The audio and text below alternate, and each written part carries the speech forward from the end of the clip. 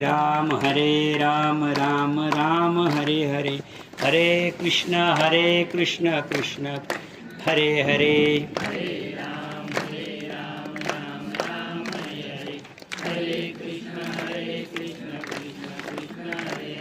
हरे राम राम हरे हरे, हरे कृष्ण कृष्ण कृष्ण हरे हरे।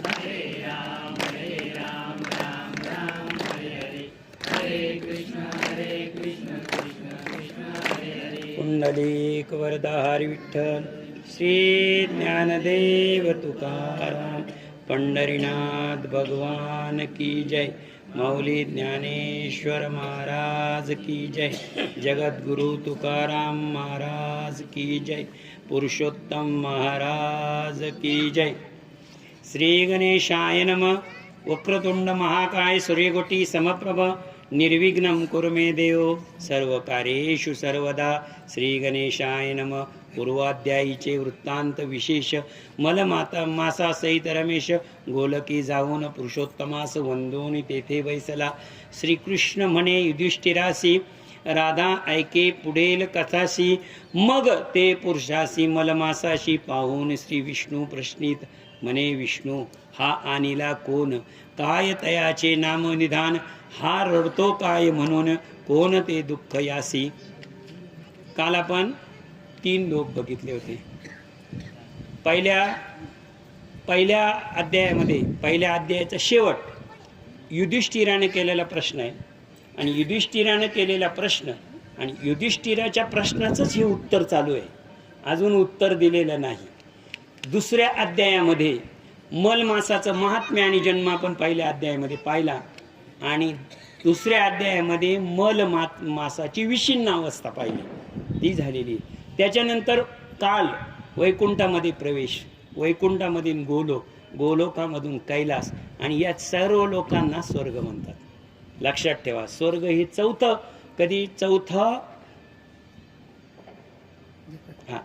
स्वर्ग आपण हा काल प्रवेश केला। आता काल कुठपर्यंत होतो आपण, ज्या वेळेस श्रीहरींनी पुरुषोत्तमांच्या समोर मलमासाला आणलेलं आहे, नमस्कार केलेला आहे, आणि मागे थरथर कापत उभा कोण आहे, मलमास उभा आहे। अजून मलमासच आहे, तो मलमास उभा आहे। आता त्या मलमास पुढे चित्राना एक सिंहासन, रत्नजडित सिंहासन, त्याच्यावर पुरुषोत्तम भगवान बसलेले, त्याच्यानंतर इकडे गोलोक, इकडे वैकुंठ लोक, वैकुंठातून प्रवेश, इकडे गोलोक सांगितलेलं आहे, इकडे कैलास सांगितलेलं आहे, आणि हे सगळं मिळून ते तयार झालेलं आहे, तो स्वर्ग आहे। लक्षात ठेवा। आता याची प्रचिती, शास्त्र झालं, पण शास्त्र जर प्रचितीला उतरलं नाही, पुन्हा सांगतो शास्त्र जर प्रचितीला उतरलं नाही तर ते शास्त्र बाधित होतं। तुम्ही म्हणाल आता आम्हाला हे सर्व तुम्ही सांगितलं, पण याची शास्त्राची आजची प्रचिती कुठे आहे? आजची प्रती जेव्हा नव्हते चराचर तेव्हा होते पंढरपूर, असं प्रमाण आहे पंढरपूरला। मला एक सांगा, पंढरपूरच्या मंदिरात आता तुम्ही सर्वजण गेलेले आहात, किती लोक गेलेले आहेत ते बघा। आता पंढरपूरला कसं जातो आपण, पंढरपूरच्या प्रवेश करतो आपण मंदिरामध्ये, ते वैकुंठद्वारे, नामदेवाची पायरी आहे, ते वैकुंठद्वारे, वैकुंठद्वारातून आपण कुठे वळतो, आपल्या उजव्या हाताला, उजव्या हाताचा जो द्वार आहे ते गोलोक आहे। लक्षात ठेवा। मध्ये दिव्य ज्योती, कालच सांगितलं ना मी, दिव्य ज्योती म्हणजे पांडुरंगाची मूर्ती आहे। पांडुरंगाची मूर्ती झाल्यानंतर तुम्ही पुढे येते, वामांगी येतात डाव्या अंगाला, ते काय आहे, इकडं गोलोक झालं, वैकुंठ झालं, ते कैलास आहे। सर्वांचं दर्शन झाल्यानंतर मागे आपण हे 3 पांडुरंगाचं मंदिर म्हणजे काय, साक्षात स्वर्ग आहे।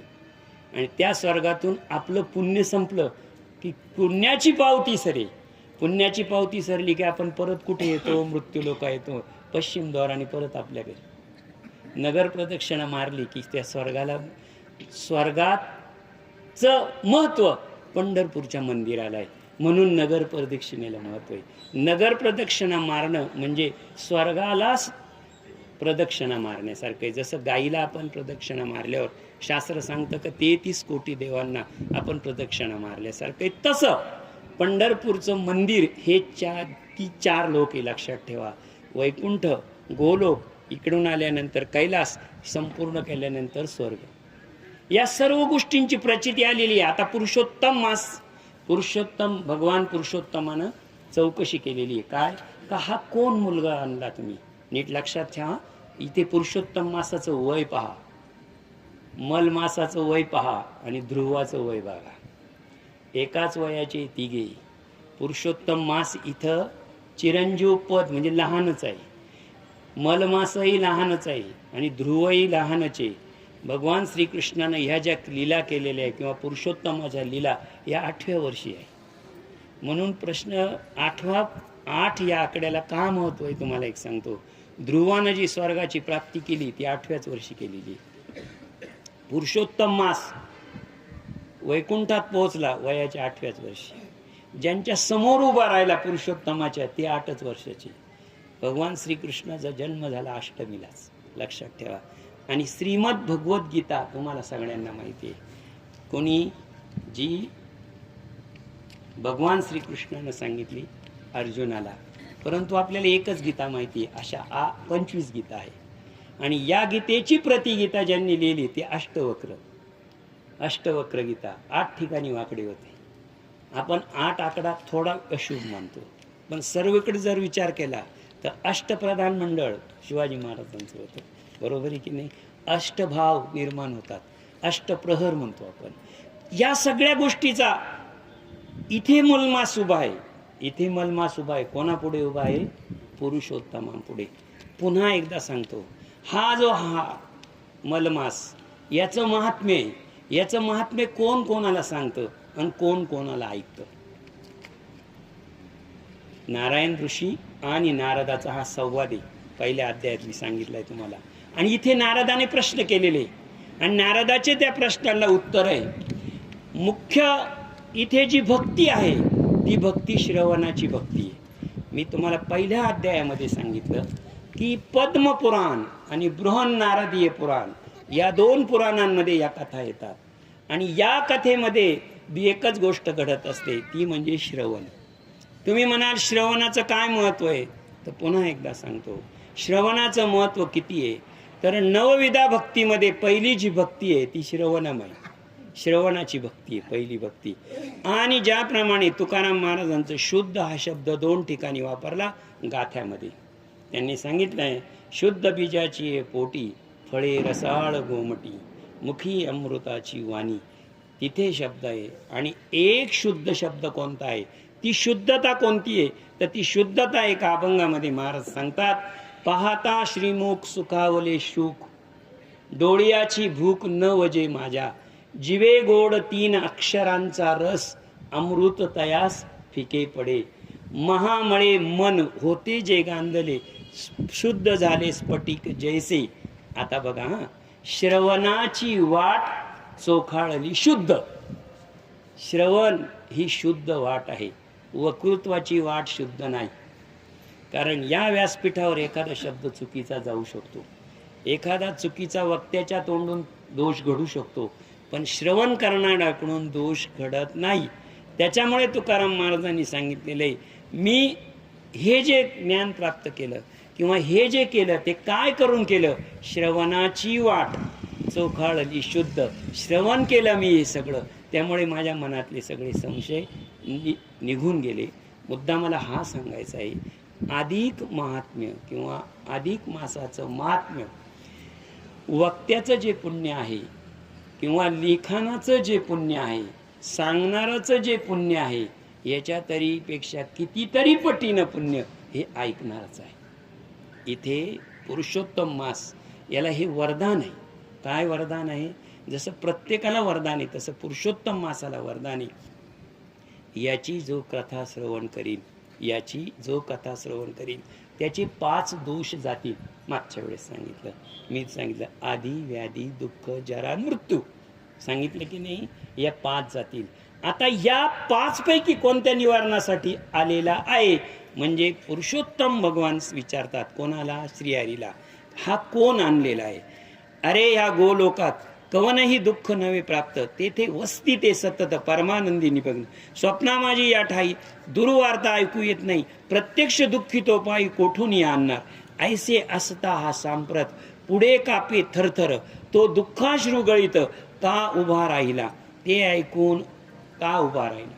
त्यांनी सांगितलं आता या लोकात आपण उभे आहे, या लोकामध्ये आपण उभे, एका बाजूला गोलोक आहे, एका बाजूला कैलास आहे आणि वैकुंठामधून प्रवेश झालेला आहे. या लोकांमध्ये दुःखाची काळजीची वार्ता सुद्धा कधी ऐकू येत नाही.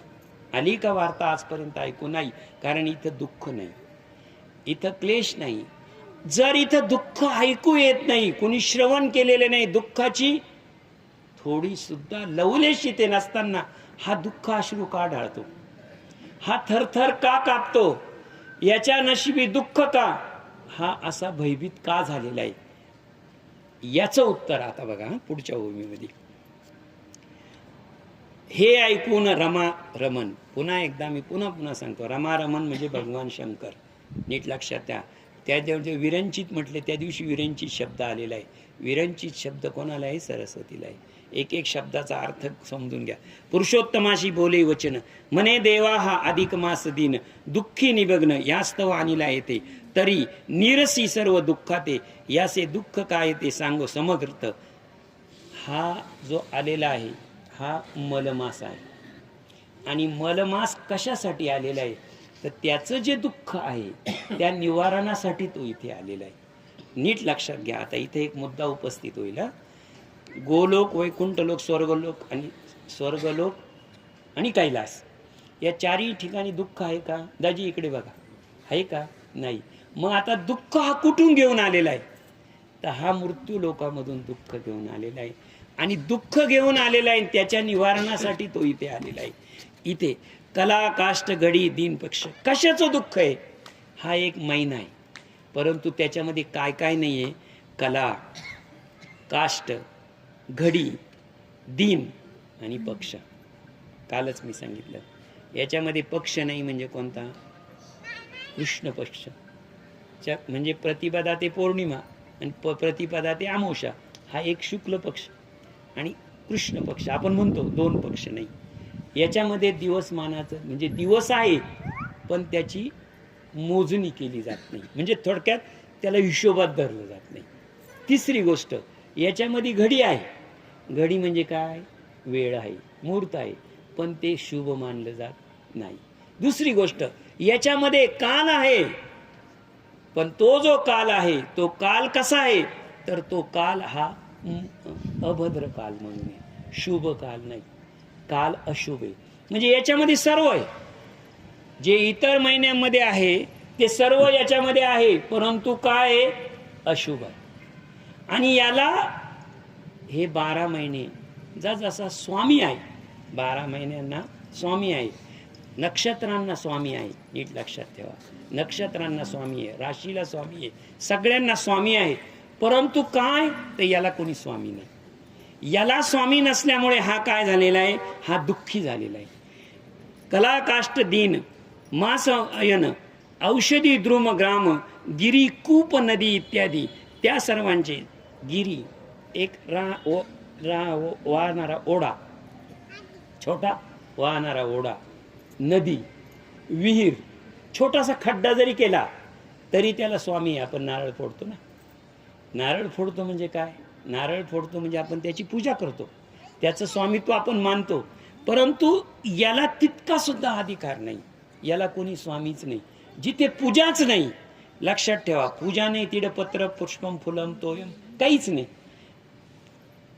हा अधिक मास अतिहीन सकळ विश्वा माझी मलिन यात रवी संक्रमण म्हणून निंद सर्वांसी यासी कोणीही स्वामी नाही. हा अशुभ शुभ कार्याविषयी स्नान दान जप यात्रादी ही ह्यात काही करू नये. हा जो मलमास आहे, हा मलमास आहे, यामध्ये काय सांगितलेलं आहे? यामध्ये कोणीही कितीही कोणतंही दान केलं तर त्याला पुण्य लागणार नाही. 12 महिन्यामध्ये कोणत्याही तिथीवर तुम्ही दान केलं तर तुम्हाला पुण्य लागेल.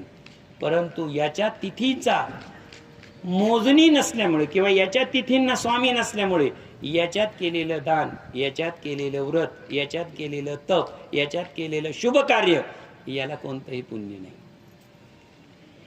तेवीच आहे ह्या निषिद्ध स्थिती, हा मलमास निषिद्ध अत्ती, ऐसे गर्वे बोलती, अति निर्व्यच्छना सर्व काळ, तिये दुःखाग्नी त्रासला, मनोनी मराया उद्युक्त झाला, तो अन्य अजनी कथिला, शरण जावे विष्णूशी. अशी अवस्था याची झाली होती का हा आत्महत्या करणार होता. पण आत्महत्या करणार होता आणि तो मूर्छित पडला, आणि मूर्छित पडल्यानंतर परत उठला, आणि परत उठल्यानंतर त्याच्याच मनानं ठरवलं, नीट लक्षात ठेवा, त्याच्याच मनानं ठरवलं काय, मरण्यापेक्षा आपण विष्णूला शरण जाऊ, आपण देवाला शरण जाऊ. आणि देवाला शरण जाण्याचं ते त्याच्याच मनानं ठरवलं. का बरं त्याच्याच मनानं ठरवलं? कारण वाडीत टाकलेलं होतं स्वामी आणि गुरु. उपदेश कोण करू शकतं? उपदेश 3 लोक करू शकतात. उपदेश ग्रंथ करतात, उपदेश संत करतात, आणि उपदेश गुरु करतात. देव उपदेश करत नाही, देव उपदेश करत नाही. मग सांगा, मलमासाला कोणी स्वामी होता? नव्हता. मलमासाला कोणी गुरु होता? नव्हता. मग मलमासाला कोणता पंथ होता? नाही. मग अशा वेळी त्यानंच ठरवलं, स्वतः आत्महत्या करण्यापेक्षा किंवा मरण्यापेक्षा आपण काय करू, भगवान विष्णूला शरण जाऊ. असा त्याचा तो स्वतःचा निर्णय आहे, स्वतःचा निर्णय आहे. आणि तो त्या निर्णयानं आलेले. तेव्हा हा वैकुंठी धावत, शरण आला मजप्रत, वारंवार कापत, दुःख समस्त सांगितले, तेने दया आली झनी, परी हे दुःख तुझ वाचुनी, कदा कोण निवटेना, हे मी मनी जाणत आहे, आणि मी तुझा आश्रित, म्हणून निराश्रित हाती धरून, ततचरणी आणला शरण, रक्षण करी दयाळा. हा माझ्याकडे आला, हा माझ्याकडे आला, आणि माझ्याकडे त्यानं आश्रय मागितला. कोणाकडे मागितला? आश्रय मागितला. आता इथे लक्षात घ्या, इथे माऊली ही ओवी अतिशय चांगली ओवी, सुंदर ओवी. तिचा भावार्थ, लक्षार्थ आणि शास्त्रार्थ तिन्ही समजून घ्या. तुम्हाला वाच्यार्थानं ओवी समजेल, म्हणजे वाचल्यानंतर लगेच समजेल. ती कशी समजेल? मनोनी मराया उद्युक्त झाला, तेने कत्तील, शरण जावे विष्णूशी, तेव्हा हा वैकुंठी दावत, शरण आला मजप्रत, शरण आला मजप्रत, वारंवार कापत रडत, दुःख समस्त सांगितले, तेने दया आली जनी, परी हे दुःख तुझ वाचुनी, कदान निटवे कंचे, हे मी शरण जाणत आहे, आणि मी आश्रित म्हणून निराश्रित हाती धरुनी, तव चरणी आणिला रक्षण करी, रक्षण दयाळा. मलमास पहिल्यांदा कोणाकडे गेला? पहिल्यांदा श्रीहरींकडे गेला. श्रीहरींकडे गेल्यानंतर त्यानं सर्व दुःख सांगितलेलं आहे. नीट लक्षात घ्या, सर्व दुःख सांगितलेलं आहे, सर्व अवस्था त्याची सांगितलेली आहे.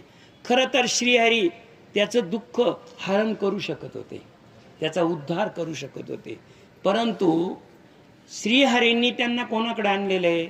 श्रीहरींनी पुरुषोत्तमांकडे आणलेलं आहे. इथे ओवी अशी आहे की मै आश्रित तुझं भाव आहे. म्हणजे श्रीहरी आश्रित कोणाला आहे? श्रीहरी आश्रित कोणाचे? पुरुषोत्तम मासाचे. पुरुषोत्तम मासाचे किंवा पुरुषोत्तमाचे ते आश्रित आहे. नीट लक्षात घ्या, आश्रय आणि निराश्रय. ज्यावेळेस आपण एखादी वृत्तीचा अभ्यास करतो, वृत्ती प्रभाकर या ग्रंथामध्ये वृत्तीचे 7 प्रकाश सांगितलेले, आणि त्या 7 प्रकाशामध्ये एक आहे आश्रय वृत्ती की निराश्रित वृत्ती, अशा वृत्ती येत्या. मला एक मुद्दा असा सांगायचा आहे, ज्यावेळेस श्रीहरीकडे तो आला, कोण? मलमास आला, आणि श्रीहरी घेऊन कोणाकडे आले? पुरुषोत्तमाकडे आले. श्रीहरी आश्रित कोणाचे? पुरुषोत्तम मासाचे आश्रित आहे. नीट लक्षात घ्या, आश्रित राहणं, आश्रित राहणं म्हणजे काय? त्यांच्या आज्ञेत राहणं. ज्यावेळेस आज्ञेत राहिलेले, जर तुम्हाच एखादा गुरु आहे, व्यवहारातलं उदाहरण देतो तुम्हाला, उत्तम भोग आणि कनिष्ठ भोग, उत्तम भोग आणि कनिष्ठ भोग. एक सूत्र सांगून टाकतो, ज्यावेळेस उत्तम भोग समोर येतो तेव्हा कनिष्ठ भोग वृत्तीमधून वजा जातो. किती सोपं वाक्य, किती सोपं आहे. जेव्हा उत्तम भोग समोर येतो तेव्हा कनिष्ठ भोग वृत्तीमधून वजा जातो. जेव्हा, आता एक लक्षात ठेवा, व्यवहारानं सांगतो, हे सूत्र तुम्हाला लगेच समजेल. तुम्हाला एकादशीचा उपवास आहे आणि एकादशीच्या उपवासाला तुमच्यासमोर खिचडीची प्लेट आलेली आहे, खिचडी आली. खरं सांगा, खिचडी उपवासाला चालते की नाही? चालते. खरं तर तुम्ही ती खिचडी खाल्ली तर तुमचा उपवास पूर्ण होऊ शकतो, पण ती खिचडी तुमच्यासमोर आलेली आहे. आता नीट लक्षात घ्या, अर्धी प्लेटही तुम्ही संपवलेली आणि त्याच वेळेस सफरचंद कापून आणले गेले, चिक्कू, असे ताजे ताजे केळी, सगळी फळांची प्लेट पुढे आली. खरंच सांगा, खिचडीवर किती मन राहिलं? किती मन राहिलं तुमचं? तुमचं मन कुठे गेलं? उत्तम भोग समोर आला, उत्तम भोग समोर आला, कनिष्ठ भोग वृत्तीमधून वजा गेला, खिचडी वृत्तीमधून वजा झाली. मग मला एक सांगा, श्रीहरी श्रीहरी हे का नाही? तर उत्तम भोग पुरुषोत्तम आहे आणि पुरुषोत्तमाच्या समोर कनिष्ठ भोग श्रीहरी. श्रीहरी हा फरक आहे. दोघही देव आहे, दोघही उद्धार करू शकतात, परंतु ज्यावेळेस, पुन्हा वाक्य सांगतो, ज्यावेळेस वृत्ती समोर उत्तम भोग येतो तेव्हा कनिष्ठ भोग वृत्तीमधून वजा जातो आणि उत्तम भोग समोर आल्यानंतर कनिष्ठ भोग त्या उत्तम भोगाच्या आश्रित होतो. पुन्हा सांगितलं, काय सांगितलं मी? आश्रित होतो. तुम्ही 2 केळी खाणार, 2 सफरचंदाच्या फोडी खाणार आणि 1 घास खिचडीचा होणार. पहिल्यांदा काय होते? खिचडी मुख्य भोग होता, आता तो काय झाला? दुय्यम भोग झाला. श्रीहरी जवळ आला मलमास, तेव्हा श्रीहरी हा उत्तम भोग होता. आता ते पुरुषोत्तमाच्या दरबारात आलेले आणि पुरुषोत्तमाच्या दरबारात आल्यानंतर श्रीहरी आश्रित कोणाचे? पुरुषोत्तमाचे. नीट लक्षात घ्या आता. म्हणून हा मुद्दा नीट लक्षात घ्या. प्रत्येक ठिकाणी एकदम सोपं, शास्त्रात तर सोपायचं ठरलं तर या जगामध्ये 2च तत्व आहे, लक्षात ठेवा. तुम्ही म्हणाल 2च जाती, 2च तत्व. तत्व समजलं की एक समजलं का दुसरं लगेच समजतं. एक जड तत्व आहे, एक जड आणि एक चेतन. तुम्हाला जड आणि चेतनामधला फरक कळाला का? शरीरातला आणि आत्म्यातला फरक कळाला? काहीच एकदम सोपं असतं संत वाङ्मय, इतकं सोपं. कुणाला काही, अख्ख्या जगात किती प्रकारचे माणसं आहे, किती प्रकारे, काहीच नाही सांगायचं. जगात 3च प्रकारचे माणसं आहे, एक राजसगुणी आहे, तमोगुणी आहे आणि सात्विक आहे. चौथा माणूसच नाही. इतकं जर तुम्हाला फक्त शास्त्राचे सूत्र समजले, म्हणून ब्रह्मसूत्रामधून सूत्र समजले की माणसाला परमार्थ समजलाच. एक अभंग सोडवायचा ठरला, एक अभंग सुटला काय आणि एका सूत्रामध्ये अख्खा गाथा सुटला काय? सूत्र माहीत पाहिजे फक्त, अख्खा गाथा सुटणार त्याच्यामध्ये. एक हरिपाठाचा अभंग पाठ केला, एक हरिपाठाचा पाठ केला, 29 हरिपाठाचे अभंग पाठच झाली समजायची. काय हरिपाठामध्ये? पहिल्या हरिपाठामध्ये पहिली जी ओळ असते, पहिली जी ओळ असते तो अनुभव आहे, दुसरं ध्रुवपद आहे, तिसरं दृष्टांत आहे आणि चौथं उदाहरण आहे. संपला हरिपाठ. पहिली ओळ काय आहे? पहिला ओळ उपदेश प्रकल्प आहे, दुसरी ओळ आहे ती ध्रुवपद आहे, तिसरी ओळ आहे एक दृष्टांत आहे आणि चौथी ओळ आहे अनुभव आहे. संपला हरिपाठ. कोणताही अभंग हा असाच असतो, कुठचाही. तुम्ही एक सांगतो आणखीन, आपल्याकडं पूर्वी, आता हे मशीन निघाले, मग आमच्या साधारण वयाच्या बाया चालल्या. पूर्वी आपण दळण मळायला आहे ना, म्हणजे रास मळायला पात धरीत होतो, पात. बरोबर आहे की नाही? पात धरायचं ना, म्हणजे पाथीला काय असायची? मध्ये मेड असायची. 1 बैलाची 5 असो, 2 बैलाची, 3 बैलाची, 4, 8 बैलाची पात असायची. बरोबर आहे की नाही? वाढतो काय? फक्त बैल वाढतो, मेड तर तीच राहते ना, ध्रुवपद तेच राहतं, अभंगात चरण वाढतात. अर्थ तोच. पाथीचे बैल वाढत जातात तसे चरण वाढत जातात. काम मळायचंच, दुसरं काम होतंय का? काही काम दुसरं होतंय का? खूप बैल, 25 बैल जोडले म्हणजे शर्यत लागली का? नाही, त्यानं गोलच फिरायचं. अभंग तसाच असतो. 3 कडव्याचा असला तरी तुम्हाला सांगतो, ध्रुवपदाच्या भोवतीच ते कडवे फिरतात. 100 पदाचा अभंग असू द्या, त्या एका ध्रुवपदापदीच. बाळ छंदाचा अभंग आहे, बाळ छंदाच्या अभंगामध्ये 52 कडवे. किती कडवे? 52. एकच ध्रुवपदाभोवती 52 कडवे करतात. अलक्ष लक्ष्मी लक्ष देते दिसते, दोन्ही पक्षी वेदशास्त्र साक्षी चंद्र सूर्यासहित, मागेन स्वानुभव अंगले, 5 तत्वाचे सोनवले, व्यर्थ इंद्रिय भोगले नाही गले, संत चरणी बाळ छंदो बाबा बाळ छंदो. 6 कडवे संपले. मुद्दा मला हा सांगायचा आहे, जर तुम्हाला शास्त्र समजावून घ्यायचं असेल तर सूत्र समजायचं, आणि सूत्र समजण्यासाठी ध्रुवपद. अभंगाचं ध्रुवपद समजलं की अभंगाचं ते द्वारे. ध्रुवपदामधून खूप वेदांती, खूप शास्त्री, खूप मोठे लोक असतील तर ते अभंगातून कुठूनही प्रवेश करतील, कारण त्या उंचीला पोहोचलेले ते. पण जर एकदम साधं सूत्र सांगतो, तुम्हाला अभंगाचा अर्थ घ्यायचा असेल आणि अभंगातून प्रवेश करायचा असेल तर ध्रुवपद, आणि ध्रुवपदातून अभंगात प्रवेश होतोच. ध्रुवपदामधून गेलं का एक दृष्टांत असतो, एक सिद्धांत असतो आणि एक अनुभव असतो. अभंग सुटला समजायचा. कितीही मोठा अभंग असतो याच्या बाहेर काहीच नाही, काहीच नाही. कसंही जीवन असू द्या, राजा असो नाही तर भिकारी असो, जीवनाची साखळी आहे ती एकच आहे. राजालाही बी बाळ म्हणूनच जन्माला यावं लागतं, त्यालाही तरुणपणी, प्रौढपणी, म्हातारपणी, त्यालाही मृत्यू आहे, आणि त्यालाही बी शेवटी स्मशान आहे. भिकाऱ्याला तेच आहे, राजालाही तेच आहे. एक चरणाचा अभंग 4 चरणाचा आहे तोच, आणि 100 कडव्याचा अभंग आहे तोच. फक्त ध्रुवपद तुम्ही व्यवस्थित धरलं पाहिजे. मुद्दा मला हा सांगायचा आहे की मलमास जो आलेला आहे तो कोणाच्या आश्रयाला आलेला आहे? स्वर्ग लोकाचं ध्रुवपद काय आहे? आता मी सगळे लोक फिरून आणलेत तुम्हाला. ध्रुवपद आहे पुरुषोत्तम, त्याच्या भोवती सगळं फिरतं आहे. पुरुषोत्तमाभोवतीच भगवान विष्णू, पुरुषोत्तमाभोवतीच रमण म्हणजे भगवान शंकर, पुरुषोत्तमाच्या भोवतीच श्रीहरी, पुरुषोत्तमाच्या भोवतीच 12 महिने, पुरुषोत्तमाच्या भोवतीच 12 राशी, पुरुषोत्तमाच्या भोवतीच 27 नक्षत्र, पुरुषोत्तमाच्या भोवतीच उत्तरायण दक्षिणायन, पुरुषोत्तमाच्या भोवतीच शुक्ल पक्ष कृष्ण पक्ष. समजलं पाहिजे फक्त पुरुषोत्तम. आणि मी तुझा आश्रित म्हणून निराश्रित हाती, ततचरणी आणिला शरण करी रक्षण दयाळा. तू परम दुःख अनानंतनाथ ऐसे बोलती वेद सकळ, तेची सफल करीती आता. तव चरणी शरण येई तयासी दुःख कदान होई, ऐसे विद्वान बोलती तेही मिथ्या करू नये. आणि मजसाठी भगवंता याचे दुःख निरसी आता, अन्य काज टाकून सर्वता यासी घेऊन आलो असे, माझे येणे सफळ कर. या दिनासी रक्षी सत्वर समर्था प्रत वारंवार पार्थोनी करू नये. हे श्रीहरींनी नमन केलेले पुरुषोत्तमाला की मी तुझ्याजवळ घेऊन आलेलो आहे, याचं दुःख घेऊन आलेलो आहे, आणि दुःख घेऊन आलेलो आहे याचं सर्व दुःख तूच निवारण कर. मी तुला आश्रित आहे आणि तू माझ्या आश्रित आहे. लक्षात ठेवा, त्या माझ्या आश्रित असल्यामुळे तुझं परम कर्तव्य काय तर याचं दुःख नष्ट करणं. ते दुःख भगवान परितम किशोर मूर्ती पुरुषोत्तम पुन्हा आलं बरं का. किशोर मूर्ती, किशोर मूर्ती, किशोर वय सांगितलंय मी कालच तुम्हाला, 8व्या वर्षापासून पुढे. म्हणून आपल्याला 8वीला बघा 4थीपर्यंत बालभारती होतं आपल्याला, लहान आठवल. 7वी बात भारती, नंतर युवक भारती, नंतर हे.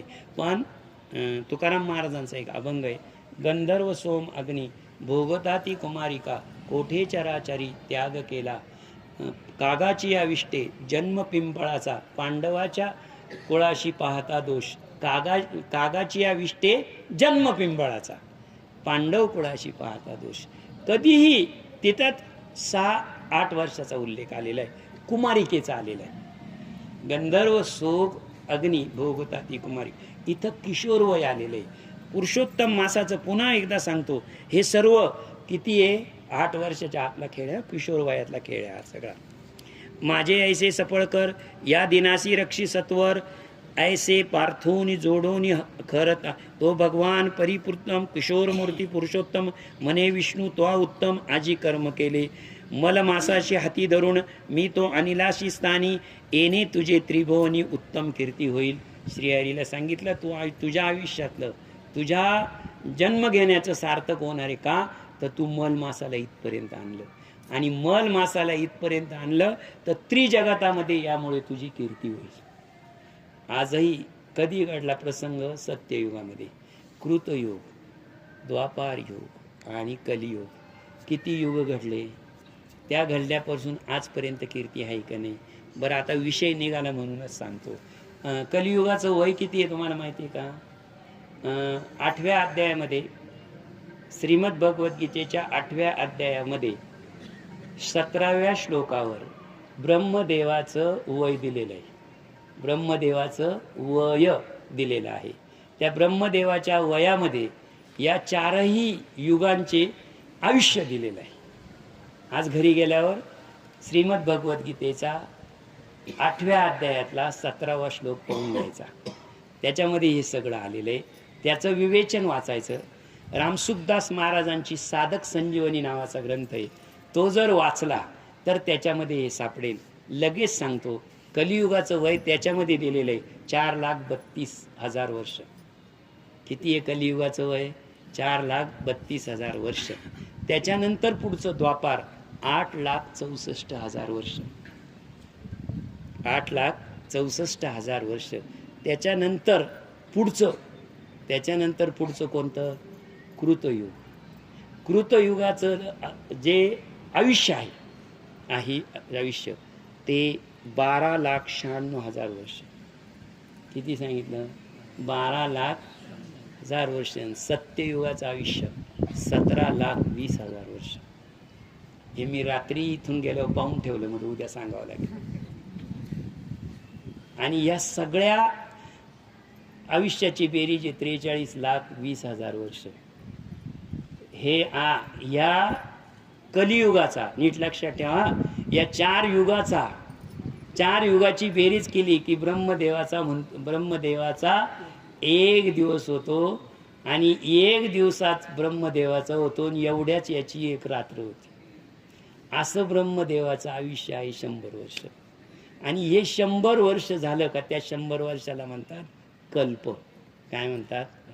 आणि नामदेवराय म्हणतात, अकल्प आयुष्य व्हावे तया कुळा, माझी या सकळा हरीच्या दासा, कल्पनेची बाधा न हो कवन काळी, ही संत मंडळी सुखी असो.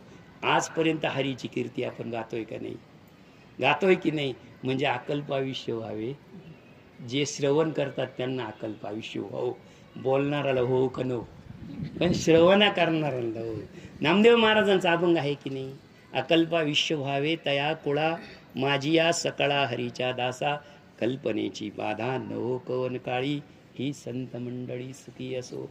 अहंकाराचा वारा न लागो राजसा, माझ्या विष्णुदासा भाविकासी, नामा म्हणी तया असावे कल्याण, ज्यामुखी निदान पांडुरंग. मुद्दा हा सांगायचा होता मला की तुझी जी कीर्ती राहील, श्रीहरीची कीर्ती राहील, ती किती राहील? कल्पांती.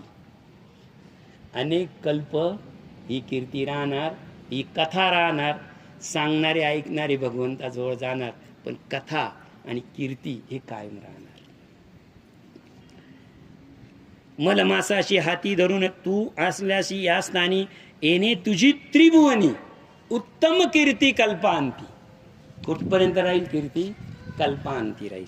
कल्पांती. मलमासा, अरे तू माझा प्राण भला, तो जयाचा स्वीकार केला, तो म्याची स्वया स्वीकारला, यात शंका नाहीच.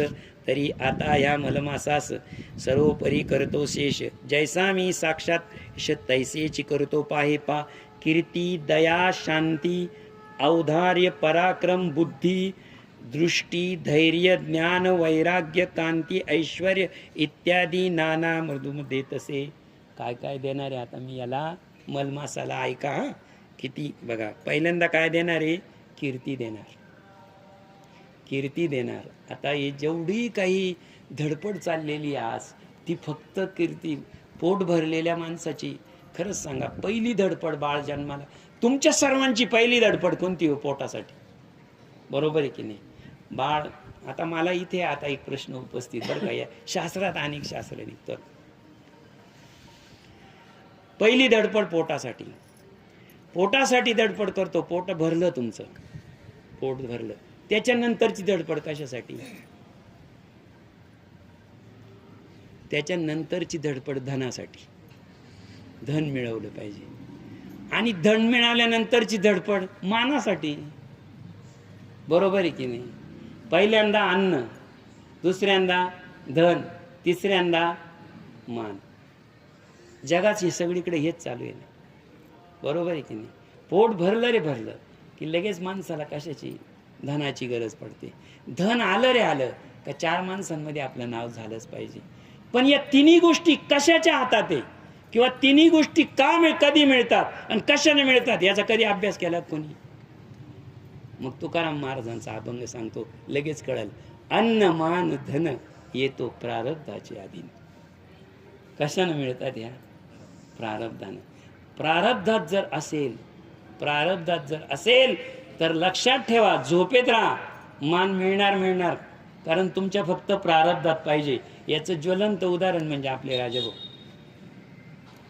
कुठेच चर्चा नव्हती खासदार होतील म्हणून, प्रारब्धात होतं. बरोबर आलं की नाही? प्रारब्धामध्ये अन्न लागतं, प्रारब्धामध्ये धन लागतं आणि प्रारब्धामध्ये मान लागतो. या तीनही गोष्टी प्रारब्धानं मिळतात. प्रारब्धेची भरे पोट तुका करीन बोबाट. प्रारब्धानंच पोट भरणारे. मग मला आज जेवायला मिळालं नाही असं म्हणण्यात काहीच अर्थ नाही ना. सकाळपासून मला अन्नाचा घास मिळाला नाही, त्या दिवसाचं अन्नच तुझ्या प्रारब्धात नव्हतं, नाही मिळालं. आणि कधी कधी हात धुवून बाहेर येतो, लगेच लोक म्हणतात घ्या बसून. म्हणतात की नाही? म्हणतात. बऱ्याचदा पहा ना, आपण घरातून हात धुवून जात असतो कुठंतरी, 10 पावलं चालून शेजारच्या घरात चालतो आणि लगेच त्याचं आंबारसाचं ताट वाढत असतात. लगेच लोक म्हणतात घ्या बसून. का बरं? प्रारब्ध आहे तुमचं. उपाशी राहिले तरी प्रारब्ध आहे आणि अन्न मिळालं तरी प्रारब्ध आहे. अन्न मान धन येतो प्रारब्धाचे अधीन. तैसेची करती पाय कीर्ती दया शांती. आता काय काय दिलं? कीर्ती दिली, दया दिली, शांती दिली, औदार्य दिलं, पराक्रम दिलं, बुद्धी दिली, तुष्टी दिली, धैर्य दिलं, ज्ञान दिलं, वैराग्य दिलं, कांती दिली, ऐश्वर्य दिलं, एवढं दिलं. तुष्टी फक्त अवघड शब्द आहे. तुष्टी या शब्दाचा अर्थ तृप्ती. तृप्ती शब्दाचा अर्थ होतो तृष्टी म्हणजे तृप्ती. एक लक्षात ठेवा, तृप्ती ही माणसाची फक्त आपण तृप्ती माणसाची आज कलियुगामध्ये एकाच ठिकाणी तृप्ती आहे, दुसरे बाकी कुठेच तृप्ती नाही. जेवणाचा जर घास तुमचं जेवण झालं, जेवण झाल्यानंतर जर एखादा आग्रहानं किती म्हटला की तुम्हाला एक घास वाढतो, तरी माणूस नाहीच म्हणतो. कारण ते पोट तिथं तृप्ती आहे फक्त. बाकी तुमच्यामध्ये खशात किती पैसे असू द्या आणि एखादी तुमच्या घोड्यावरून ओवाळणी टाकली आणि याच्याकडे 10 रुपये दिले तरी तो खिशातच टाकून घेईल, घोड्यावाल्याला देणार नाही. तृप्ती नाही ना त्या बाबतीमध्ये, बरोबर आहे की नाही? परंतु पंक्तीत जर तुमच्या ताटावर गुलाबजाम ठेवायचा प्रयत्न केला आणि तुम्हीला जर पोट भरलेलं असेल तर तुम्ही त्याला निश्चित नाही म्हणाल. जे ज्या दानामध्ये तृप्ती होते ते दान जगामध्ये सर्वश्रेष्ठ दान आहे. म्हणून अन्नदान हे जगात श्रेष्ठ दान आहे. देने को अन्नदान, लेने को हरिनाम, तरने को लीनता, डुबने को अभिमान.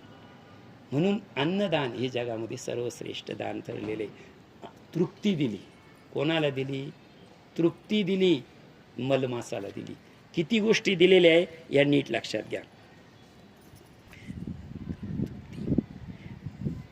कीर्ती तया मी पुरुषोत्तम, लोकप्रख्यात आहे उत्तम, तैसीची हाई प्रसिद्ध, मलमास होईल. ज्याप्रमाणे माझी कीर्ती आहे, मलमास माझी पुरुषोत्तम माझी कीर्ती आहे, त्याचप्रमाणे माझ्या कीर्ती इतकीच कीर्ती आजपासून याची राहील. मला जे ऐश्वर्य प्राप्त आहे तेवढं ऐश्वर्य याला राहील. मला जेवढं धन प्राप्त आहे तेवढं धन याला राहील. मला जेवढं वैराग्य प्राप्त आहे तेवढं मला वैराग्य राहील. थोडक्यात षडगुण संपन्न होईल. माझ्या ठाई असलेले 6 गुण याला मिळतील. तेही सर्व संतोष करता, यासी मी अर्पिले रमाकांता, आणि मीच या मासाचा आता स्वामी सर्वार्था. आता याला जेड मिळालेलं आहे आणि याची मुख्य अडचण होती तर याला कोणी स्वामी नाही. स्वामी म्हणजे गुरु नाही, याला कोणी स्वामी नाही. आजपासून याचा स्वामी मी. कोण? याचा स्वामी कोण? मी.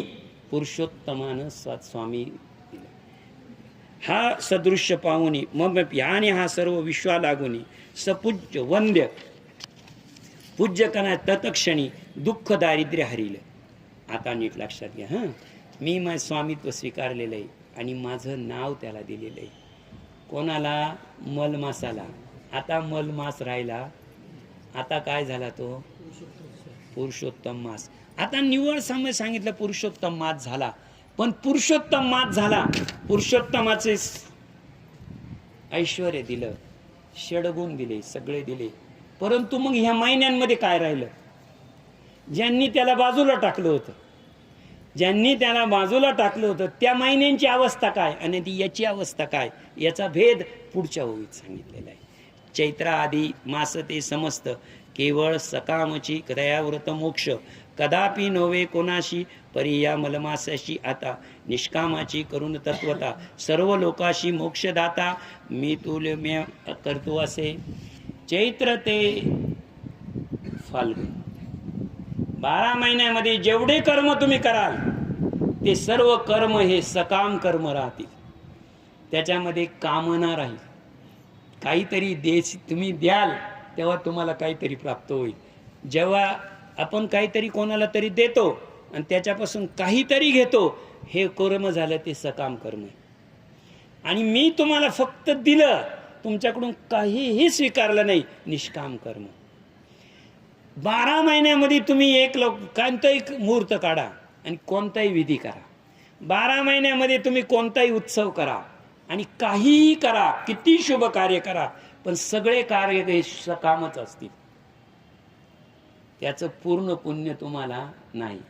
परंतु आजपासून अधिक मासामध्ये तुम्ही कोणतंही कार्य केलं, कोणतंही कर्म केलं तरी ते निष्काम कर्मच होईल. याला सकामाचा बाद आजपासून लागणार नाही. मग मला सांगा आता, 12 महिन्यांपेक्षा 12 महिने सकाम कर्माचे आणि निष्काम कर्माचा एकच महिना आहे. कोणता महिना? पुरुषोत्तम मास. आणि हा 12 महिन्यामध्ये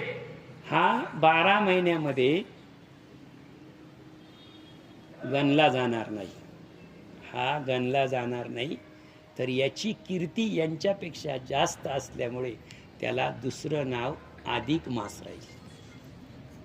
काय राहील? अधिक मास राहील. त्याला पुरुषोत्तम मास आणि दुसरं नाव काय सांगितलं मी? अधिक मास. आता परी हा मलमासाशी आता निष्कामची करुणी तत्वता ते सर्व लोक मोक्षदाता सकाम आणि निष्काम ऐसा जो पूजिल यास अधिक मासास तो कर्माकर्म सहसा जाळून जाईल भस्म.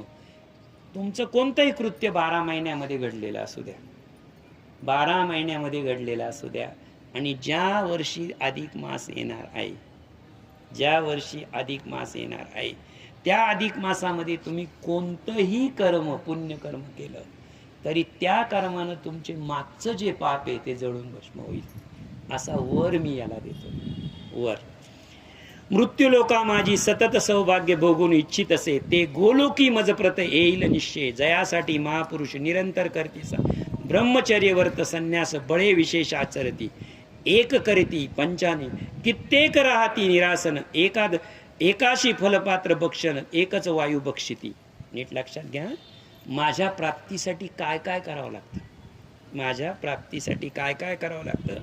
काय करतात? एक करती धूपपान. बघा आपण कधी काही महाराज लोक आहे, आता तुम्हाला दिसेल इथे कुंभमेळ्यामध्ये सारखा धूप आणि ज्योत चालू असते आणि त्याच्यामध्ये ते बसलेले असतात. धूपपान करती. एक करती इंद्रिय गण. काही जण हात वर करून, पाय वर करून, पद्मासन घालून, म्हणजे इंद्रियांचा विरोध करून मला प्राप्त होतात, धूप आरती करून मला प्राप्त होतात. एक वर्जिती क्रोधा लागोनी. काही क्रोध सोडून देतात, दयाक्षम होतात. एक साती शीतपती, म्हणजे जगातल्या प्रत्येक गोष्टीचा त्याग कर. एक सोशिती वर्ष पदा. काही वर्ष एखादं व्रत करतात, जैन लोकांमध्ये करतात. बघा व्रत मी जवळून बघितलेले. वर्षभरामध्ये त्यांच्या ज्या स्त्रिया असतात एका दिवसाआड जेवतात. आज जेवलं तर उद्या उपवास, परत परवा जेवायचं. वर्ष असे उपवास करतात. एक ऐसे उपाय करती सदा परी ते कदा न पावती माझे गती. पण ते माझ्यापर्यंत पोचतीलच असं नाही. कर्मामध्ये दोष घडला तर पुन्हा तुम्हाला ते परम परत करावं लागतं. सर्व साधनावनी अधिक श्रेष्ठ असे मास एक सर्व कामार्थ सिद्धाव्याक या परी तुझं काही नसे. एवढ्या गोष्टी करून सुद्धा मला प्राप्त होईलच असं सांगता येत नाही. परंतु अधिक मासामध्ये जर पुण्यकर्म केलं तर तो जीव माझ्यापर्यंत पोहोचल्याशिवाय राहणार नाही. सुभूमीशी पेरिता धान्य जैसे कोटीशा वाडे जाण तैसे या माझी पुण्य कोटी गुणे होईल. एकदम कसदार जमीन असेल, कसदार जर जमीन असेल आणि तिच्यामध्ये जर एक दाणा टाकला तर ती कणीस देते. बरोबर आहे की नाही? जमीन त्याला कसदार पाहिजे. तुम्ही तोच दाणा खडकावर जर टाकला तर काहीच येणार नाही. सांगा, हे बाकीचे जे मासे त्यांना स्वरूप दिलेलं आहे त्यांनी बरड जमिनीचं.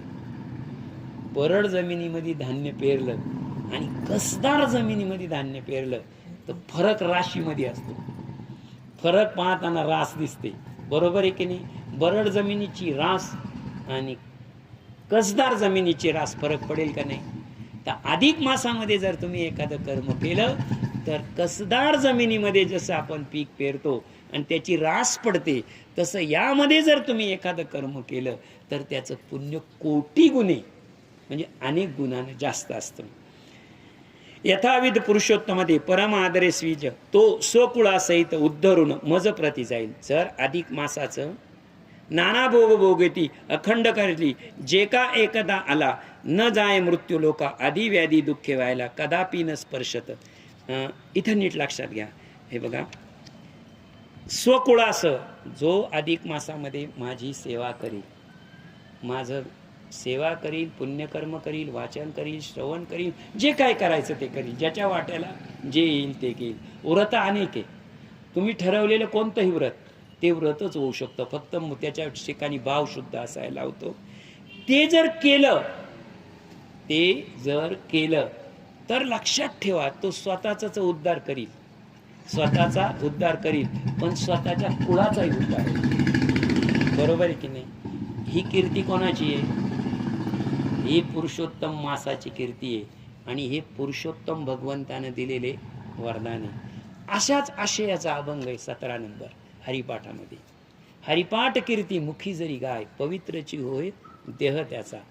मातृ पितृ भ्राता सगोत्र अपार चतुर्भुज नर होऊनी ठेले. ज्ञान गुड गम्य ज्ञानदेवा लादले निवृत्तीने दिदले माझे हाती. मातृ पितृ भ्राता सगोत्र अपार, सगळ्या गोत्राचा उद्धार करण्याची शक्ती श्री हरीचं जर आपण नाम घेतलं तर आहे. आणि तेच पुण्य इथं आहे. जर पुरुषोत्तम मासामध्ये तुम्ही पुण्यकर्म केलं, कोणतंही व्रत केलं, व्रत इथे सांगितलेलं नाही, व्रताची संख्या ती 12 दिलेली, ती व्रताची संख्या नाही. परंतु जर तुम्ही एखादं पुण्यकर्म आज करायचं ठरवलेलं आहे, हे बघा ना, माऊलींचं मत असं आहे का नेम हा साधा असो मोठा असो लहान असो, नेम लहान नेमाच्याच ठिकाणी, फक्त त्याला नित्य पाहिजे. जर नित्य झाला आणि तो नेम झाला तर तो प्राणीच दुर्लभ होऊन जातो. नित्य नेम नामी ते प्राणी दुर्लभ, लक्ष्मी वल्लभ तयाजवळी. नारायण हरी भुक्ती मुक्तिचारी, घरी त्यांच्या हरिविने जन्म नरक पै जाना.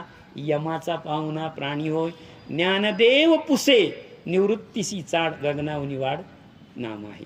मी तुम्हाला सांगितलं, एकदा तुम्हाला ध्रुवपद कळाले, मेड सापडली का पात हाकणं एकदम सोपं.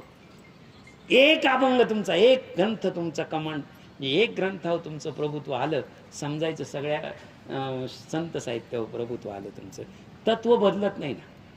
नामाला महत्व संत तुकारामाने दिलं, ज्ञानदेवाने दिलं नाही का, नामदेवाने दिलं नाही का, निळोबारायाने दिलं नाही का, बहिणाबाईंनी दिलं नाही का, गाडगेबाबांनी दिलं नाही का.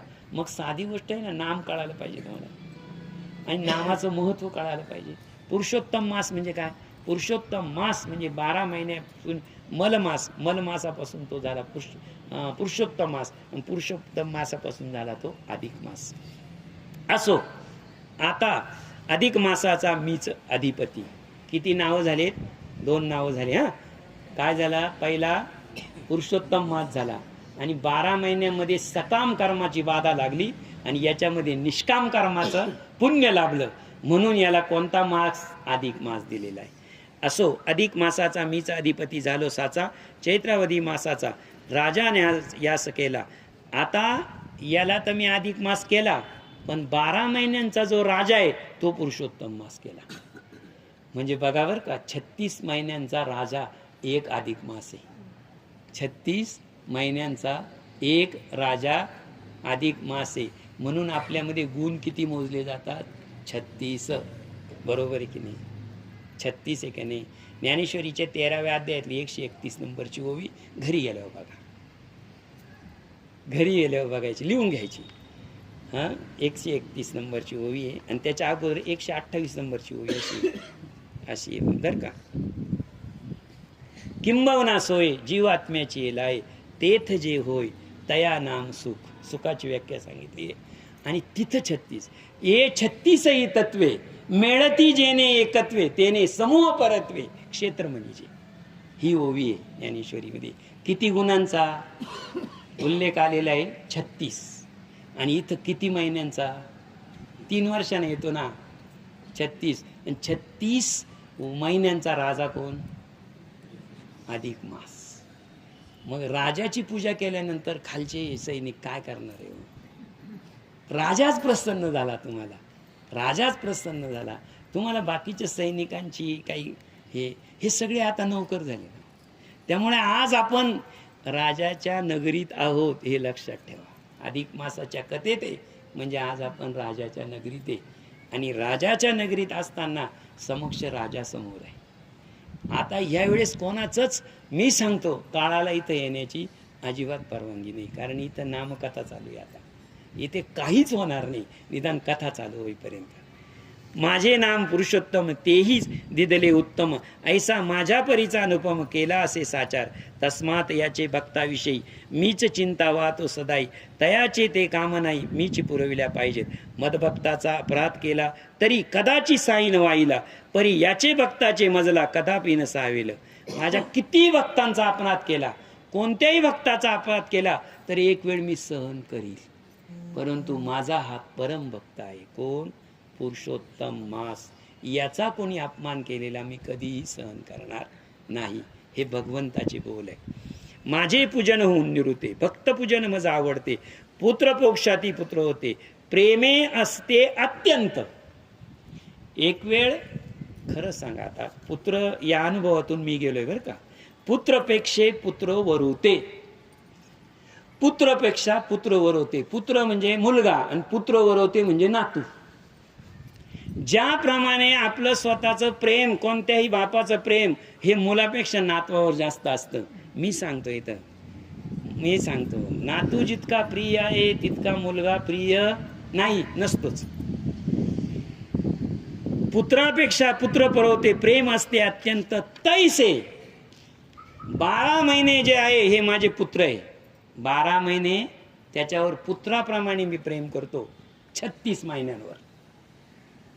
परंतु येणारा 37 महिना हा मला नातवासारखा आहे. लक्षात ठेवा. मुलगा कोणाचा असतो? मुलगा आपलाच. मुलगा काय? आपलाच. आणि आपल्याच मुलानं आपल्या नातवाला मारलं, खरं तर तो त्याचा बाप आहे ना, त्याचा अधिकार जास्त आहे. खरंच सांगा, त्यांना मारल्यावर राग कोणाला येतो? कोणाला येतो? आपले म्हातारपण झालेले, हात उचलत नाही, नाही तर ती भावना असते का याच्या एक ठेवून द्यावी. भावना तर असते ना, आपण करू शकत नाही ते. मग मला एक सांगा, का असतं असं? का असतं? ममत्व म्हणतो आपण त्याला. ममत्व जे जोडलेलं असतं ते नातवाशी जोडलेलं असतं.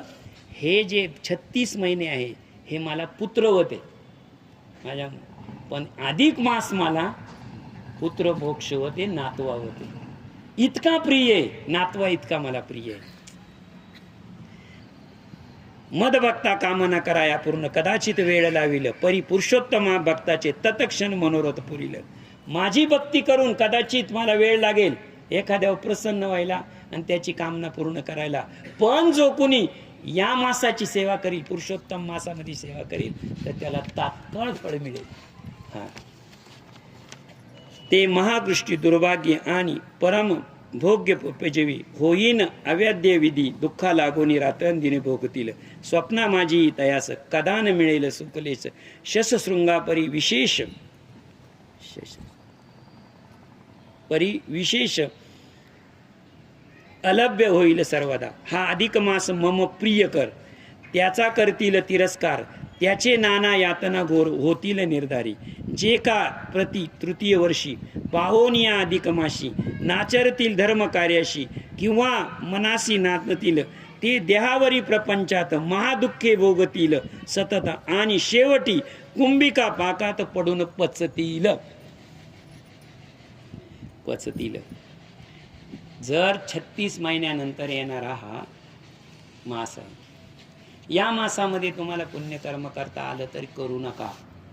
तुम्हाला एखाद्याची चांगलं करता आलं नाही तर करू नका. परंतु असं भगवंत म्हणतात की या मासामध्ये वाईट काम तरी करू नका, या मासावर टीका तरी करू नका, कोणाचं अनिष्ट चिंतन तरी करू नका. जो कोणी करील, लक्षात ठेवा, जो कोणी करील त्याला सतत त्याला शारीरिक वेदना होतील. शारीरिक वेदना होतील, लक्षात ठेवा.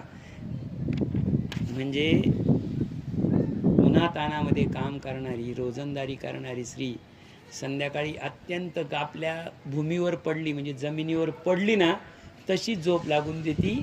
कधीतरी निम्म्या रात्री आठवणी रात्र जाती, ती जाग येते तेव्हा आंथरून पांघरून नीट करते आणि पुन्हा चांगली झोपते. लक्षात ठेवा, पडल्या पडल्या झोप लागून जाते तिला, बरोबर आहे की नाही. आणि 2-2 झोपेच्या गोळ्या घेऊन 2-4 गाद्यांवर झोपून सुद्धा तळमत पडायची वेळ येते. ज्यांची वेळ अशी येत असेल, लक्षात ठेवा, ज्यांची वेळ अशी येत असेल, हा टीका इथे करण्याची ही जागा नाही. परंतु जर काही भोग असे असतील, जाणून नेणते करे माझे मन, म्हणजे काही जाणते असतील, नेणते असतील, मागच्या जन्माचे असतील किंवा अनंत असतील, असे जे आहे त्याचा जो तुम्हाला उपद्रव होतो ते नष्ट करण्याचं एकमेव साधन अधिक मास आहे. अधिक मास आहे. जया सुख कैचे पुरुषोत्तम मासाची जे योषिता, सौभाग्यवती सुखा करता, स्नान आदादी कर्मे करता, भक्तिभावे करतील. याच्यामध्ये जर तुमचं स्नान कर्म घडलं, वाहत्या पाण्यामध्ये सांगितलेलं आहे, स्थिर पाण्यामध्ये सांगितलेलं आहे, कुठेही तुमचं जरी पुण्यकर्म घडलं तरी सुद्धा तुम्हाला याच्यामध्ये 36 महिन्याच्या स्नानाचं पुण्य मिळतं. या महिन्यामध्ये तयासी मी मासादीन प्रतिकूल होईल खचित, तरी पुत्र पौत्र बंधू वित्त इत्यादी समस्त निर्दाळीन, तस्मात अधिक मासा ठाई सर्वात्व मामे सर्वाई स्नान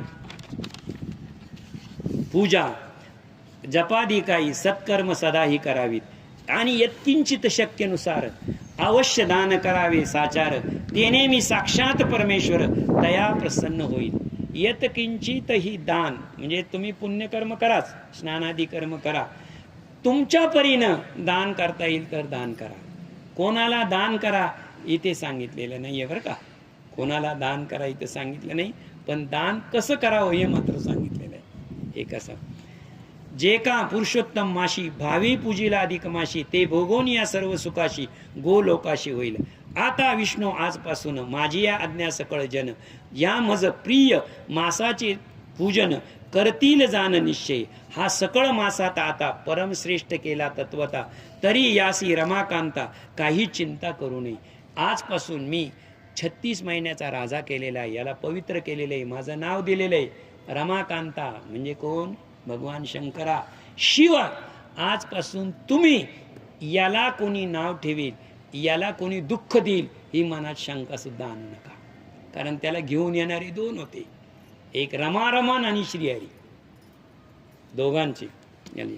काही चिंता, आता तू यासी घेऊन जाई, आता तू याला घेऊन जाई. वैकुंठवासी ऐसे ऐकून भगवत चक्रपाणी आनंदला, आणि तयासी गेला नमस्कार. मग बैसला गडोडोळ मल मासा सत्वर, स्वरचना चालत झाला. क्षणा माझी रमारमन वैकुंठ पोचला येऊन, मलमासाशी राहावया स्थान ससन्निध दिदले. कुठं जागा दिली? वैकुंठाजवळ. वैकुंठाजवळ जागा दिली. कोणाला? मलमासाला. श्रीहरीच्या जवळ. श्रीहरीच्या जवळ. मी तुम्हाला सांगितलं काल, कैलास आणि वैकुंठ हे एकमेकाच्या लगत, त्याच्या विरुद्ध दिशेला गोलोक आहे, आणि मागे जे आहे तो मृत्यूलोक आहे. पंढरपूरचं सांगितलं मी तुम्हाला. प्रवेश वैकुंठ, इकडं कैलास, इकडून जायचं आणि इकडून लगेच गोलोकातून मागून मृत्यूलोकातून बाहेर. तुम्ही अयोध्येला गेले तर अयोध्येचं राम मंदिर याच धर्तीवर बांधलेलं आहे. प्रवेश आहे वैकुंठ, त्याच्यानंतर आपण उजव्या हाताला वळतो गोलोक, त्याच्यानंतर रामलल्लाची दिव्य ज्योती दर्शन आणि वैकुंठातून बाहेर राम मंदिर असंच आहे. आणि हा जो परिसर आहे सर्व त्याला म्हणतो आपण स्वर्ग. आणि संपूर्ण प्रदक्षिणा केली का आपण कुठे प्रदक्षिणा झाली? आपली स्वर्गात प्रदक्षिणा झाली. त्यामुळे बहुतेक भगवान शंकराचे जे द्वार आहे, मंदिर बघा 12 ज्योतिर्लिंग, यांना 3 द्वार असतात. एक दक्षिणमुख, एक उत्तरामुख आणि एक पूर्वेकडून प्रवेश. वैकुंठ, गोलोक, कैलास, प्रदक्षिणा मारली की स्वर्ग. असं रचना आहे. 12 ज्योतिर्लिंगाची रचना तीच रचना पुरुषोत्तम मासाची. ते वैकुंठाची वसती पाहोनी हर्षाती अति मासाचा निरुत्तरी मुख्य अधिपती होऊन विष्णू स वैकुंठ भोवनी रमू लागला रात्रंदिनी पूर्वील दुःख मोळूनी देश धडी लाव झाले. आणि मग आता खरं सांगा, वैकुंठामध्ये जागा मिळाली, वैकुंठामध्ये राहिल्यानंतर सहवास कोणाचा घडला? श्रीहरी भगवान विष्णूंचा, रमानाथ यांचा विश्वास राहिल्यावर आता खरं सांगा, समर्थाची कन्या, दुर्बळाची कन्या समर्थाने केली, अवदसा निमाली दारिद्र्याची. नाथ महाराजांचा हरिपाठातला अभंग. एखाद्या झोपडीतल्या मुलीला सकाळी बापानी जर चूल पेटवली आणि त्याच्यावर एकच पदार्थ शिजवला, काय जो असेल तो शिजवला, म्हणजे भात असेल काय असेल तोच अख्ख्या कुटुंबानं खायचा आणि संध्याकाळी तोच खायचा. संध्याकाळी चूल पेटायची नाही. अशा घरातली मुलगी, नीट लक्षात ठेवा, अशा घरातली मुलगी, आणि ती जर राजाची महाराणी झाली तर अवदसा 2 घरची जाईल का 1 घरची? और दोन्ही घरची जाईल ना. राजा सासूरवाडी गरीब ठेवील का? दुर्बलाची कन्या समर्थाने केली, अवदसा निमाली दारिद्र्याची. अशी अवस्था कोणाची झाली? पुरुषोत्तम मासाची झालेली. आता ते वैकुंठी वसन रमू लागला रात्रंदिवस असो ऐसा झाला मलमास पावला पुरुषोत्तम मास सर्व मासा माझी विशेष परमश्रेष्ठ झाला. भगवंताचे कृपे करून सर्व पुण्याचे झाले निदान त्रैलोक्या माझी सामर्थ्यवान तैसा तो असे नसेगुणी. तया माझी सत्कर्मे करती तयाची सर्व कर्मे दुःखे हरती आदि व्याधी जरा अपकीर्ती तया न शिवती कधीच. जे महामूढ जन कोणी नारदिती मासा लागुनी पुरुषोत्तमाशी उद्दुषिनी कर्म न करती काहीच तयावरी दुःखाचे पर्वत एका मागून एक पडत साक्षा मागली भाषित कैसे असत्य होईल ते. श्रीकृष्ण म्हणे गा राजा तुम्हास आता मल मासाचं जर कोणी कोणतंही पुण्यकर्म केलं नाही, कर्मच केलं नाही, किती छोटे कर्म सांगितलेले, पूजाविधी, स्नान आणि दान, 3च कर्म आहे ना. पूजाविधी, तुळशीला तुम्ही रोज उदबत्ती लावताच का नाही, पाणी घालताच का नाही, अधिक मासाचं नाव घालून पाणी घालायचं, संपलं ना.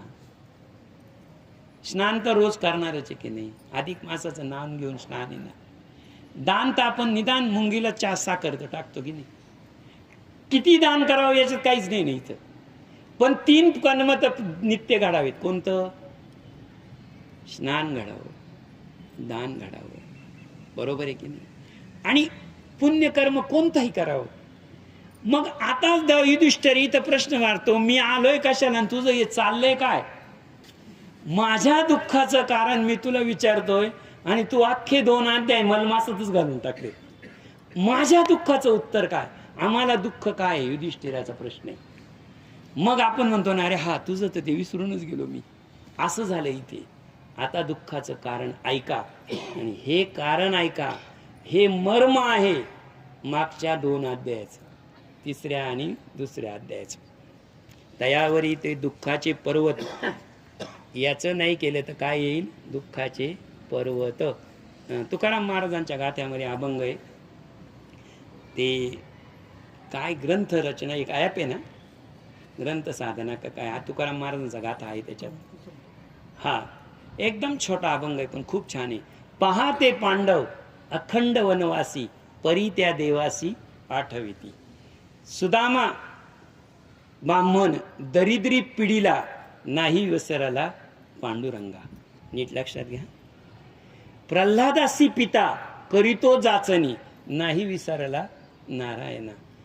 तुका म्हणे तुझा न पडावा विसर दुःखाचे डोंगर आले तरी. दुःखाचे डोंगर कोणावर आले होते? पांडवांवर. कोणावर आले होते? पांडवावर.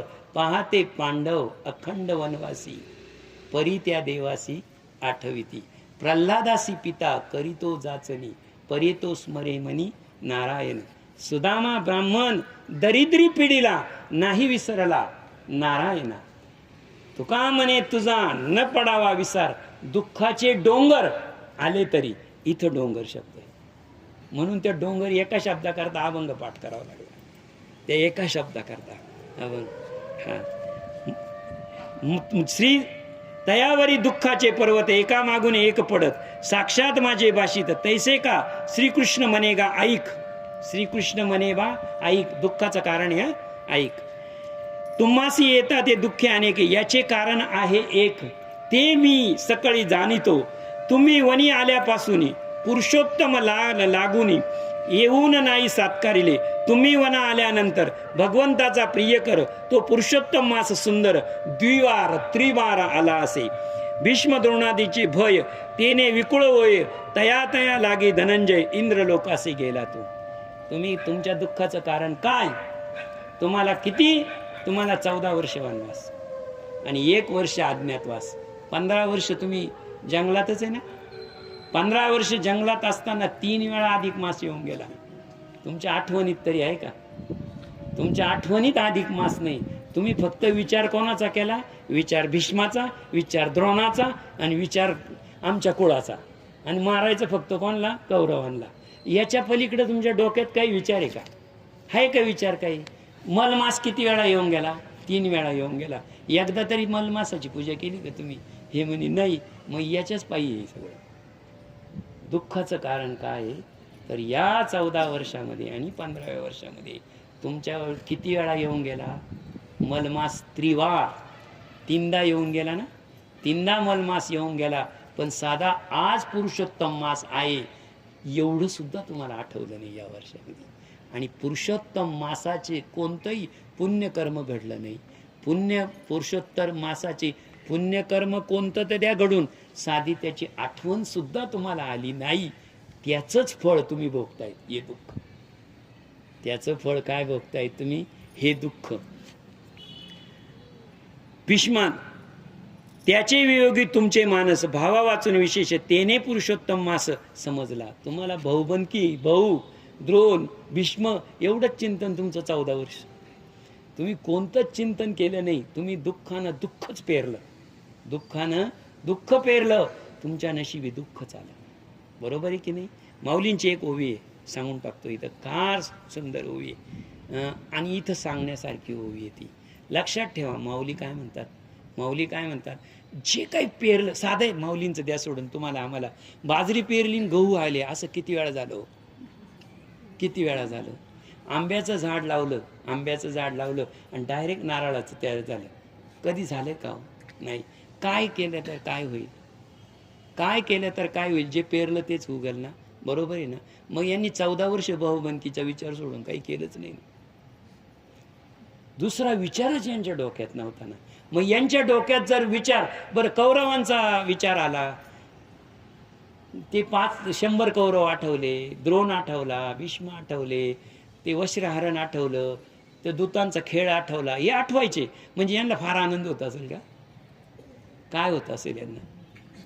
चीड येत असेल, क्रोध येत असेल. आणि क्रोध जर येत असेल तर तुम्ही तुमच्या हृदयामध्ये क्रोध पेरत होते. जर तुमच्या हृदयामध्ये तुम्ही क्रोध पेरत होते तर उत्पन्न काय होईल? आणि क्रोधापासून सुख मिळालं असे किती लोक आहे? आणखी एक सांगतो. माऊलींची ओवी माझी नाही. आपल्या मुलाला आयुष्य लागावा, आपल्या मुलाला शांती मिळावी, आपला मुलगा किंवा आपलं कार्य सिद्धीत चांगलं जावं म्हणून लोक बळी देतात. कशाचाही. बोकड्याचा बळी द्या, कोणाचाही बळी द्या. हा मी ते नाही म्हणत. माऊली यांचा समाचार असा घेतात. पेरीजे नुसती हिंसा, पेरीजे नुसती हिंसा ते तर काय उपजेल या हिंसा. अरे कार्याच्या पहिल्यांदाच तुम्ही हिंसा पेरली, तिथं तुमच्याकडून अहिंसा पेरल. तो मरताना लय शाप चांगलं जाईल का बाबा, मी मरतो चांगला वर जातो तुझं पोरगं चांगलं पहिलवान होते, असं म्हणणार आहे का तो? नाही म्हणणार.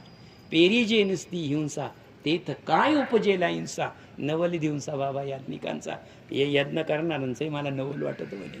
एवढा मोठा यज्ञ करतात आणि शेवटी एक बळी देऊन टाकतात.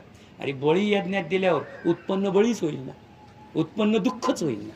पांडवा, तुमच्या दुःखाचं एकच कारण आहे, तुम्ही 3 वेळा पुरुषोत्तम मास येऊन गेला पण पुरुषोत्तम मासाचं स्मरण कधीच केलं नाही. 5 पांडवांच्या दुःखाचं कारण कळलं ना. ठीक, पुढे. तयासी तू काय करावे प्रारब्ध म्हणून. आता आमच्याकडून तो चूक झाली, सगळे पांडव म्हणायला लागले पुरुषोत्तम मासाचा आम्ही तर काही, याच्यावर पर्याय काय आता. तेव्हा पर्याय काय सांगितलं भगवंतानं, आता जे झालं ते झालं, पुलाखालून जे पाणी वाहिलं ते वाहिलं, आता परत ते परत आणता येणार नाही. त्याच्याकरता तयासी तुम्ही काय करावे प्रारब्ध म्हणून स्वस्थ बसावे. ते आपलं नशीब होतं असं म्हणून स्वस्थ बसावे. दैव झाले तसे अवघे घडून गेले सहजची. असृष्टीचे फळ संपूर्ण अवश्य भोगावया तया, कारण सुख दुःख बाह्य कल्याण देवाची प्राप्त होत असे. तुम्ही तया अदृष्टा भरवसा ठेवून सर्वता बैसा, तरी दुजा प्रकार केला कैसा तोही सांगतो. ऐसे कृष्णे धर्मरायासी कथिले प्रेम भरासी, तेची नारायणे नारदासी कथा कथिली सांगत असे. हीच कथा नारायण ऋषींनी नारदाला सांगितली, तीच कथा मी तुम्हाला सांगत आहे असं नारायण ऋषी म्हणतात. आणि त्यानंतर मी तुम्हाला वाचून दाखवत आहे. असो, आता तुम्ही म्हणाल इथं झाला का अध्याय हा पुरा. आत्ताशी धर्मराजाच्या दुःखाचं कारण कळालंय, अजून द्रौपदीच्या दुःखाचं कारण कळायचंय, ते येईल पुढच्या अध्यायामध्ये. तोपर्यंत ऐसे कृष्ण धर्मरायासी कथिले असे प्रेमभरासी, तेची नारायण नारदासी स्वये कथिता झाला. इति अधिक मास महात्म्य सार, बृहन नारदीय पद्मीभार, सज्जन श्रोते ऐकोत चतुर, तृतीय अध्याय गोड हा व्हावा पुंडलिक वरदाय. श्री ज्ञानदेव तुकाराम पंढरीनाथ भगवान की जय. माऊली ज्ञानेश्वर महाराज की जय.